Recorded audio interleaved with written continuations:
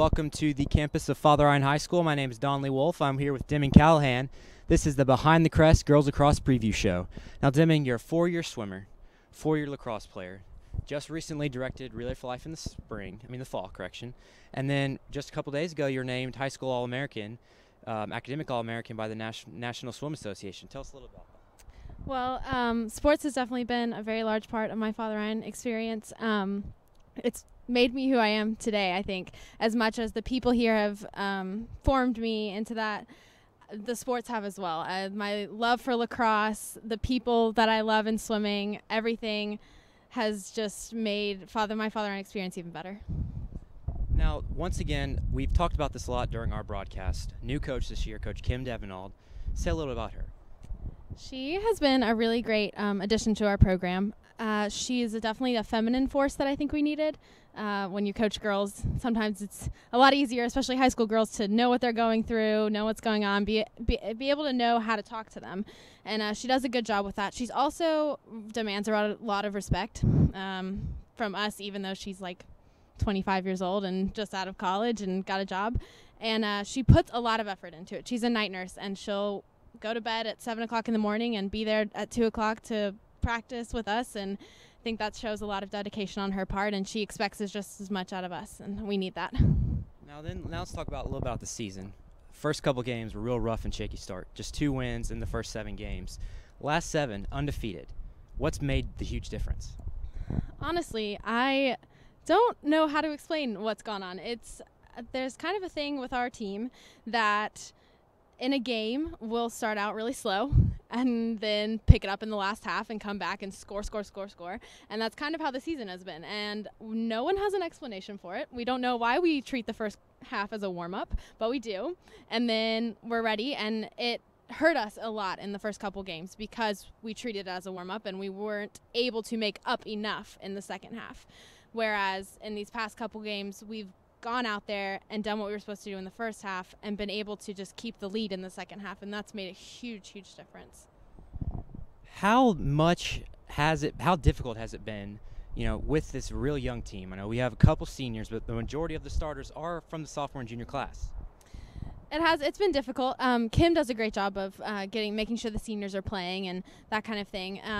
We had a little trouble in the beginning of the season getting a starting lineup going, but now we have a pretty firm one, and once you play together game after game after game, you kind of learn how each other works, and so you know the tendencies of other players, and you kind of know just by eye contact what that person wants you to do or what that person's going to do, and so that's been a very key component.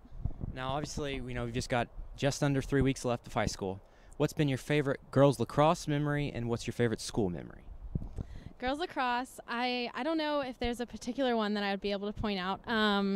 It's just kind of a compilation of all of the seasons that I've played. Last year we were really close with the seniors that graduated, and before a game we sang to the Celine Dion song, It's All Coming Back to Me Now, and that was a huge celebration that we did before the game, and then usually after the game, whether we won or lost.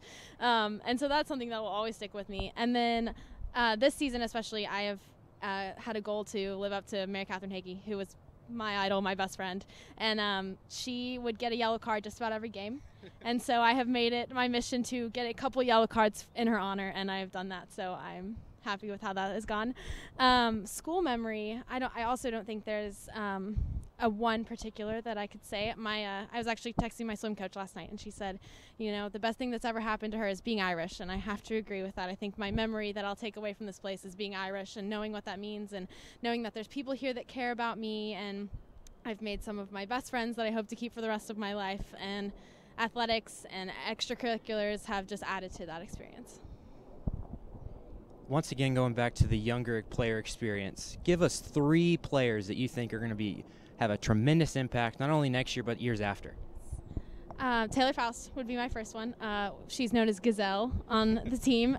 She's very tall, and she's very quick. And she came out of nowhere last year, really. She started out, she's very quiet, so we have to get her to speak up a little bit sometimes. But she will have a huge impact as a leader next year, and this year, as she's a co-captain with us.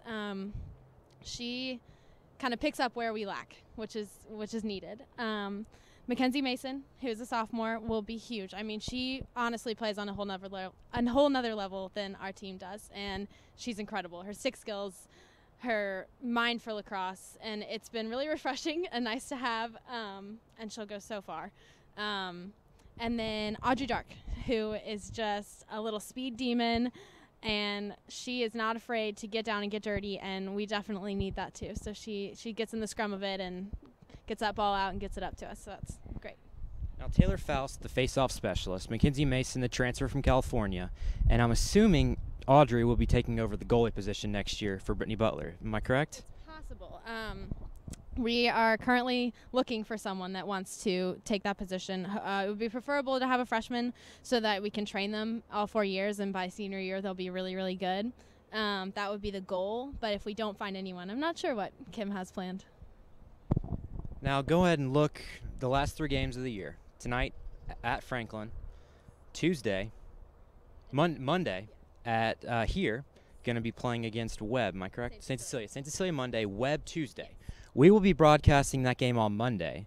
It's going to be our senior night. I'm sorry we can't make it to the game after. It's going to be a real exciting matchup. We know most of the players, so I'm really looking forward to that one. Give us a little 3 key what you're going to have to do to win the next 3 games. To win the next 3 games, we're going to have to come out on fire. I mean, there's no question. We have to come out and be intimidating, play hard, play that first half that we know how to do now, and finish it out in the second half. St. Cecilia is always a fun game because we know all the girls. Webb is a mean game. There's a lot of frustration there, and we would love to beat them more than anything. And St. Cecilia has held the title for 2 years, so to take that back would be awesome. Now, you heard it here, folks. She's going after St. Cecilia and Webb. I expect to see her about 2 yellow cards. But other than that, I wish you guys the best of luck in the last 3 games, and have fun at University of Knoxville. So that's going to conclude our Behind the Crest preview show for girls lacrosse. For Deming Callahan, I'm Donnelly Wolf. Have a great week, everybody.